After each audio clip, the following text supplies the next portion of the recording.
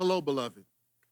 I wanted to know if we could have an honest discussion about the way we treat and talk about our folks who are living with HIV. What? You seem a little hesitant. Well then, let me try this. There's a small part of your world that knows everyone and judges them according to the way we grasp compassion.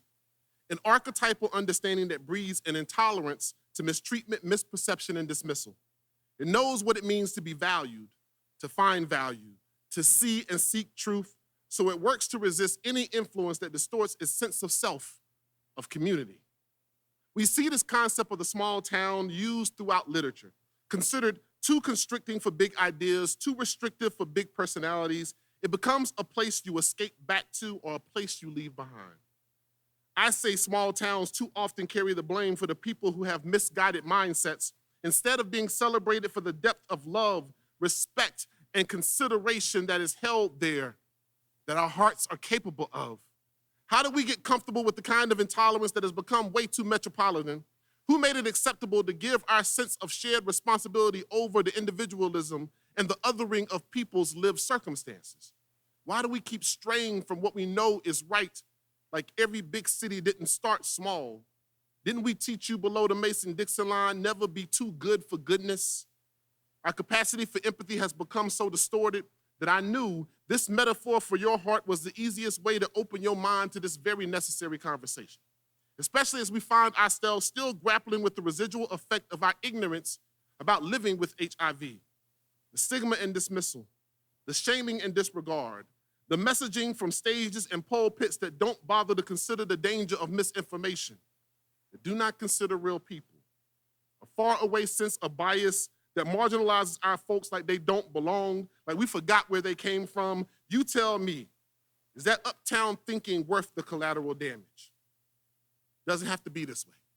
This body of believers can look inside their hearts to find the courage necessary to turn or welcome back into a beloved community, to educate themselves, to listen to the medical professionals and community servants among them, to listen to those too often demonized over their diagnosis. HIV is treatable. It is no longer a death sentence. It is not a reason to be ostracized. We should be calling folks back into our hearts, affirming them back into themselves full and whole, authentically present and respected, cared for, with the agape love our Father who art in heaven calls for us to display. I'm tired of gated communities guarded by dismissal.